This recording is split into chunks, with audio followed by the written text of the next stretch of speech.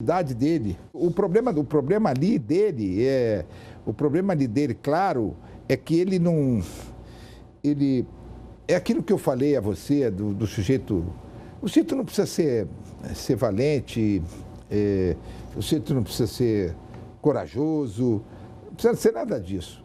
Primeira coisa, quando ele vai para uma instituição dessa que envolve a paixão, como o Vasco, por exemplo, uma instituição do porte do Vasco, ele tem que primeiro ter consciência do que representa a instituição, do que é a instituição, do que ela é no contexto. E aí, se ele está num cargo em que ele representa a instituição, aí, porque ele não pode, por exemplo, já que você abordou esse tema, ele não pode, por exemplo, uma coisa que a gente estimula no bom sentido, não no sentido da porrada, não sei o quê, que é essa rivalidade. Ele não pode, por exemplo, assumir e no primeiro dia e se abraçar com o Márcio Braga, assistir jogo do Márcio Braga, ver o Flamengo dando porrada no Vasco, gozando o Vasco e assistindo aquilo passivamente. Você acha que isso não é uma coisa meio eurical, não? Uma coisa muito radical, não? Não, que como essa radical, coisa. Pelo contrário, você tem que estimular isso. Você não pode ser... Então não é radical. Então vou dizer para você. Eu saí do Vasco em 30 de junho de 2008.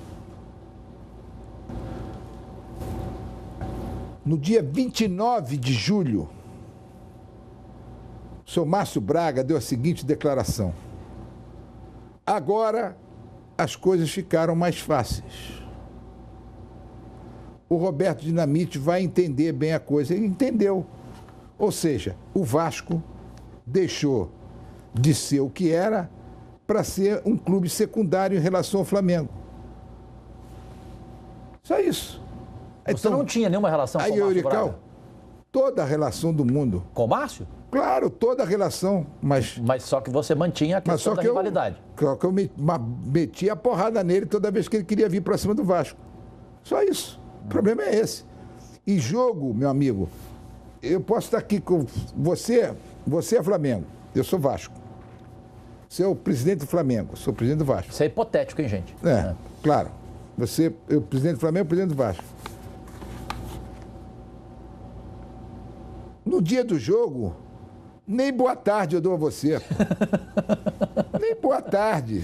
É distância, é uma guerra que vai ali acontecer. Mas vamos ver, é uma guerra que eu tenho que botar ali. Mas, pelo amor de Deus. Mas vamos ver se eu abro um pouquinho esse seu coração mau com relação à rivalidade. Vem cá. Que é um coração mau? Mal em relação à rivalidade. Eu ajudei todos eles, você quer saber? Tem aí no fundo um jogador que jogou na história de todos os tempos no Flamengo, não vale o Zico, vamos fazer isso, que você gostaria de vê-lo jogando no Vasco e que foi jogador do Flamengo? Não me lembro. Não, tem. Vem cá, você sabe, eu nunca fico muito chegado a... Primeiro... O Zico você admite, você gostaria que o Zico jogasse no Vasco? Se ele botasse a camisa do Vasco, ele passava a ser muito mais do que ele é. Se botasse a camisa do Vasco. Para mim, jogador botou a camisa do Vasco é uma coisa. Não botou a camisa do Vasco é outra. Outra coisa. É outra coisa. Então eu não posso ficar aqui dizendo que claro que eu gostaria, eu gosto da qualidade do jogador e tal, mas não teve um jogador em especial além do Zico, então? Passaram tantos por mim porque eu não... E eu tive a oportunidade de lidar com tanto jogador. Só uma última pergunta sobre o Roberto Dinamite. Como vascaíno que você é, doente com o como você é, você não ajudaria hoje o Roberto Dinamite em algo? Eu ajudo. Desde que primeiro eu comecei a ajudar para evitar que o Vasco, eu saindo do Vasco, para o Vasco caísse para a segunda divisão, eu sempre me prontifiquei, eu não vou deixar de ajudar o Vasco, né? Agora, ajudar o Roberto Dinamite, não, eu ajudo o Vasco. Quer dizer, se me solicitarem alguma vez, Mas às vezes você não pensa que ajudar o Vasco é ajudar o Roberto? Isso não importa. Não importa. Se está ajudando o Vasco, não importa quem você está ajudando. Você não tem o Roberto como inimigo, então? Eu acho que não há a menor condição de eu ter o Roberto como inimigo. Por que eu vou ter o Roberto como inimigo? Porque, aliás, caras, eu sou um sujeito que não... Vou te dizer, muitos podem... Eu acho que eu devo ter muitos inimigos, mas que eu considere inimigo... Eu penso assim, eu penso que não há ninguém tão inteligente o suficiente para me ter como inimigo. Não sou chegado. Eu acho que tem gente que deve me desejar mal e tal, muita coisa. Por falar em inimigo, eu não posso deixar de fazer essa pergunta, porque todo mundo na internet, ao saber da segunda entrevista nossa, são mais de 35 milhões de acessos no blog, no Twitter, na minha TV, e nos meus faces, e aí choveu de pergunta. E você, como eu, você é amado e odiado. Aí, os caras, Cajuru, mas ele te proibiu de entrar no estádio São Januário. Cajuru, por isso, por aquilo. Você chegou a me proibir de entrar no estádio quando eu trabalhava na Bandeirantes. E eu queria saber o seguinte, como você se sentia naquela época, porque você chegou a falar na primeira entrevista que eu estive no top do top da televisão brasileira. Você reagia como, Eurico Miranda, quando eu te chamava em rede nacional de Elvírus Semanda? Era por isso que você não me deixava entrar em São Januário? Ou por qual motivo? Rapaz, você não... Eu adorava te chamar de Elvírus. Mas só que vou te explicar. Você, quando eu disse que você esteve no top, você saiu. Você conseguiu sair de uma cidade, que talvez fosse, sei lá, quinta, sexta, sétima, apesar da proximidade com Brasília, que é Goiânia. Mas você saiu ali de uma cidade em que você realmente vamos dizer, você tinha a audiência quase que total, quer dizer, dali. E você passou aí para o Nacional. Então, tudo bem, você foi ao top mesmo. Então, você esteve no top lá falando dos... Agora, acontece o seguinte, você não foi o privilegiado. Zé Carlos Araújo não deixei entrar no Vasco. Dependia Galvão Bueno também você não deixou, né? Uma série deles, eu não... Depois acertava, tá tudo bem. O que era acertar? Eu nunca acertei com você, não. Porque você nunca engoliu uma porrada de merda que você falava, né? E você não falava merda. Mas tudo bem, mas aí é outra coisa. Eu tenho uma posição lá. Você, de graça, você falava, você nunca perdoou e mandava ver. E também você pegou um estilo, que essa é a grande verdade, que você pegou um estilo que muitas vezes você extrapolou. E quando havia reação com você, pior ainda. O cara que reagia com você, que tentava reagir, você aumentava. Aí o que é que acontece? No fato não foi de você me chamar de ouvir. Eu nunca tomei nenhuma posição quando falavam de mim, quando falavam do Eurico, da pessoa do Eurico. Agora, metia o Vasco no meio, aí meu amigo, aí o cara ou volta atrás ou não volta atrás. Eu processei 10 mil. Eu não sei quantos eu processei. Eu processava, eu mandava primeiras cartas, eu avisava, eu dizia, olha, a coisa não é essa, mas você não tem oportunidade, você não tinha oportunidade. Deixa eu te dizer,